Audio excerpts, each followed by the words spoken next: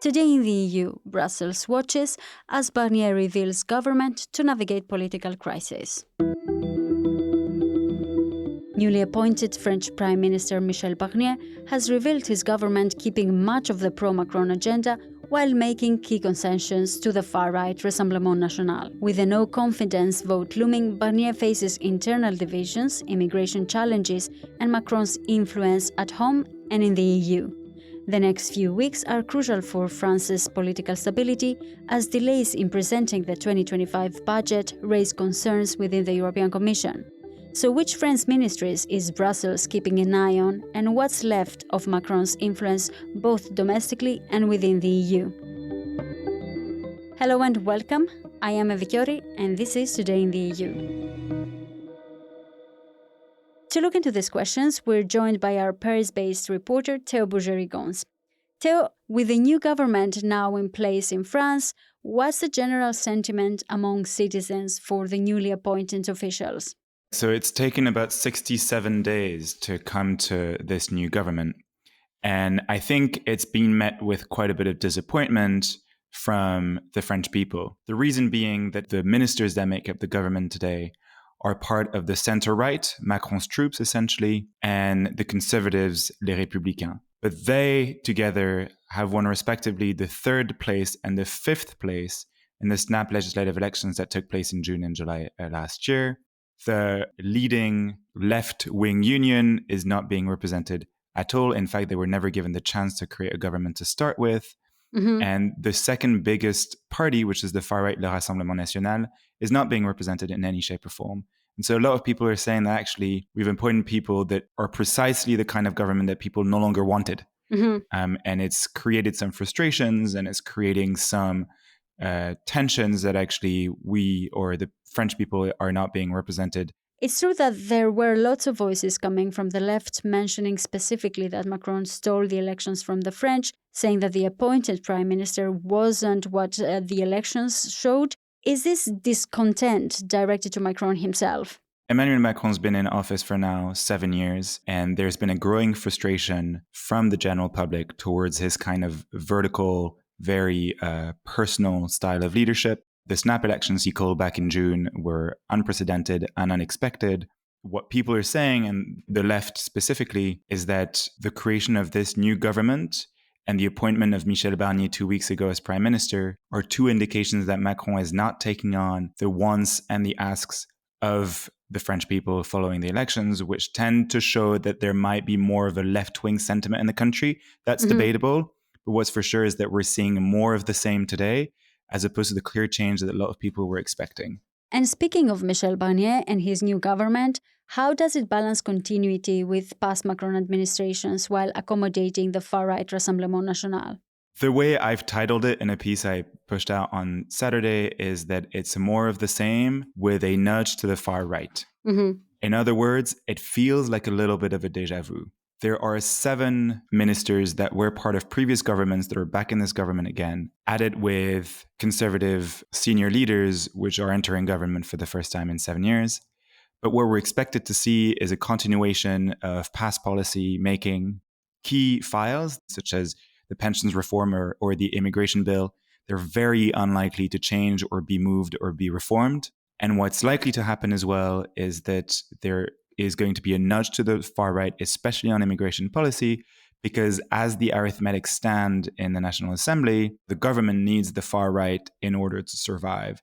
And what they've done is they've appointed a new Home Affairs minister called Bruno Retailleau, whose immigration policy stances have been very radical, very repressive, very hard right.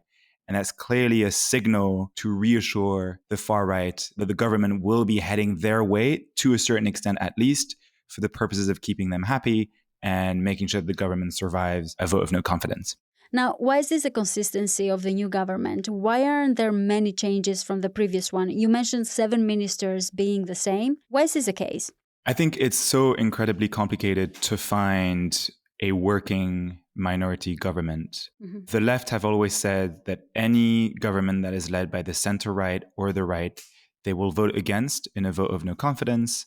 The far right and the center-right have always said that they would vote against any left-wing government.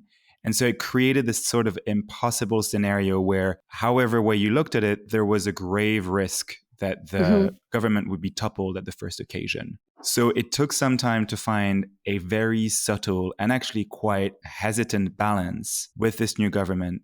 But we have to say that with the left close to certain to vote for a vote of no confidence and hope that the government is toppled, the government today is only surviving because of the far right's discretion to let it live. And the moment the far right wants that changed, they have the numbers to do it, and the government runs the grave risk of being toppled. And do you think Barnier will survive the no confidence vote in the end? I don't know. Bien sûr que nous allons censurer. Et je pense, tout ça, ça donne aussi un spectacle pitoyable de la politique. We will of course vote a motion of no confidence.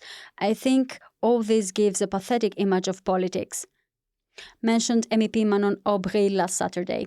Ultimately, it'll come down to how he manages key urgent files that are on his desk right now. The first one is the 2025 budget bill amid deteriorating public finances. Whether or not he manages to get support from across the aisle there is a question that remains to be answered and will be a challenging one for sure. And then we will see just how far he's willing to go on immigration and perhaps even consider a new immigration bill in order to cater to the far right. And the answer he brings to these two big question marks will indicate just how likely his government is to survive. And speaking of the financial situation in France, what are Barnier's key strategies for addressing France's rising deficit, and how might they impact both relations with the European Commission and his coalition stability? We don't actually know what his strategy is. To be fair to him, he's been in government as prime minister for just over 2 weeks.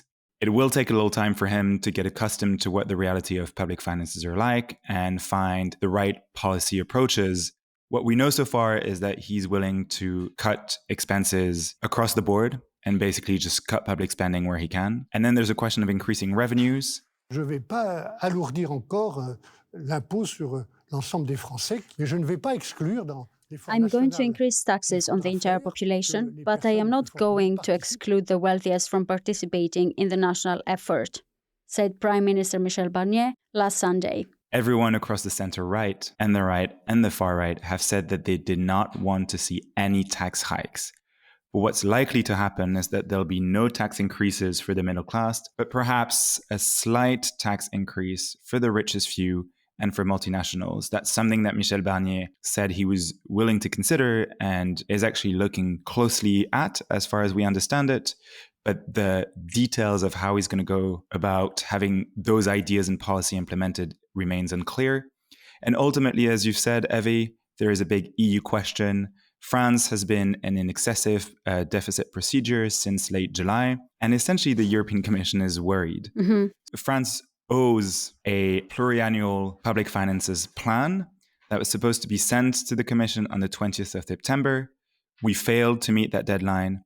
There's a new deadline that's come up for the 15th of October. I can tell you right now, Evie, we will fail to meet that deadline. And there are ongoing conversations between Michel Barnier's teams and the European Commission to actually postpone that deadline to the 31st of October. So the deadline will be postponed until the end of October. Until then, what can we expect to happen? Under the French constitution, the government has the obligation to introduce the budget on the first Tuesday of October of every year. That Tuesday is the 1st of October for us. It's also the first day that parliamentarians are going back to the National Assembly. It's also the first day that Michel Barnier will show up as Prime Minister in the National Assembly and will give a sort of overarching speech on where he wants to take his government and what his policy priorities are. And you're most likely to see on that very day a first vote of no confidence. So once the budget is presented, and if the government survives the vote of no confidence, then there is a 70-day window during which parliamentarians, both the Senate and the National Assembly, are expected to negotiate over the details of the budget bill. And that needs to be adopted by the end of the year in order for it to apply come the 1st of January. And which key personalities should we be paying attention to, and which ministries are of particular interest to Brussels, and why? The first minister I would keep a close eye on is Agnès Pannier-Runacher. For the EU nerds out there, she was Minister for Energy Transition before, and she's truly pro-nuclear, and she's really invested her time and effort when she was Minister of Energy Transition to defend the nuclear cause in Brussels, and I expect her to do more of the same this time around. What's interesting is that actually the two EU commissioners that have been appointed for green transition and energy, so that's Dan Jorgensen for energy and Teresa Ribera for clean transition, both of them have been nuclear skeptics in the past. So I think it will come down to Madame Pannier-Runacher to change their views and push for a more pro-nuclear policy stance at the EU level. The second person I want to keep my eyes on is Bruno Retailleau. He's the Home Affairs Minister, and he is kind of the nudge to the far right that the government needs in order to survive the vote of no confidence. La politique de la majorité nationale avec trois priorités. La première, rétablir l'ordre. The national majority's policy is three priorities. First, bring back order. Second, bring back order. Third, bring back order, said the new Minister of Interior, Bruno Retailleau, during the handover speech on Monday. He has very conservative views on immigration policy and actually on societal matters. He, for example, voted against same-sex marriage in 2013. And his responsibility will be to oversee the implementation of the Migration Pact. And what we understand from people around him is that he's actually willing to reopen negotiations over a Migration Pact 2.0, if you will, especially when it comes to the return policy and sort of financial support to countries of first entry.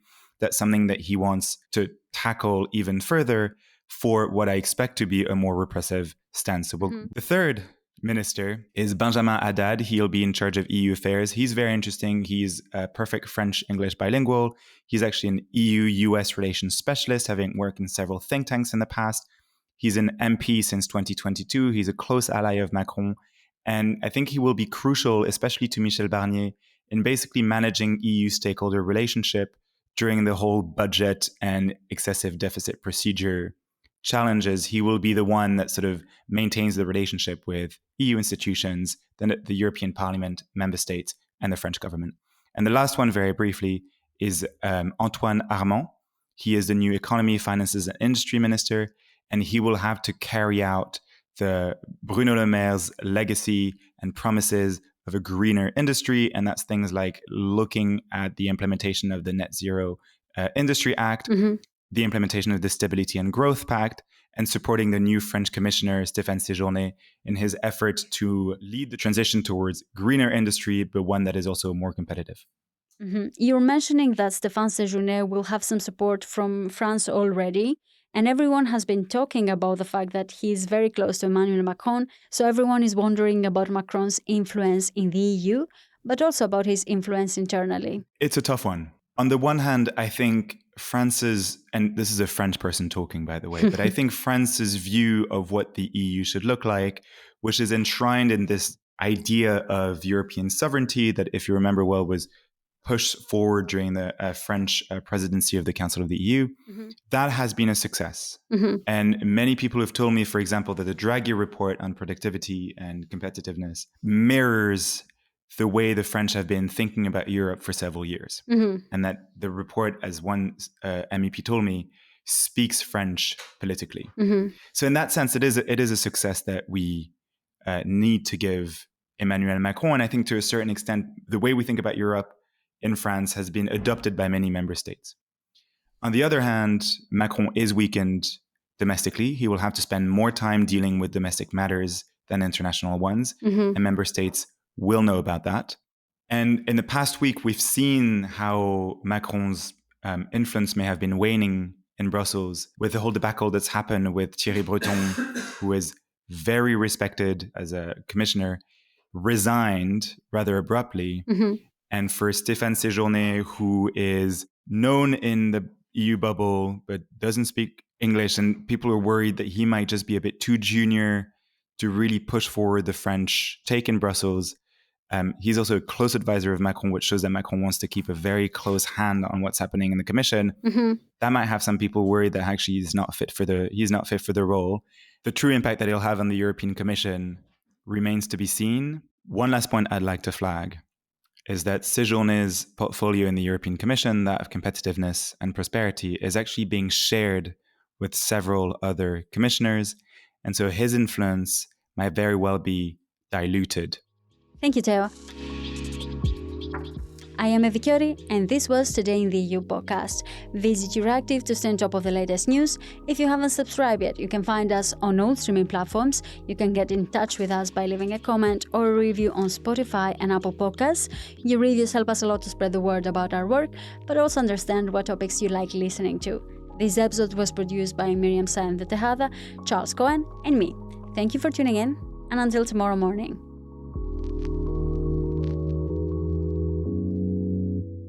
As part of our commitment to accuracy, inclusion, and transparency, Euractiv is part of the Trust Project.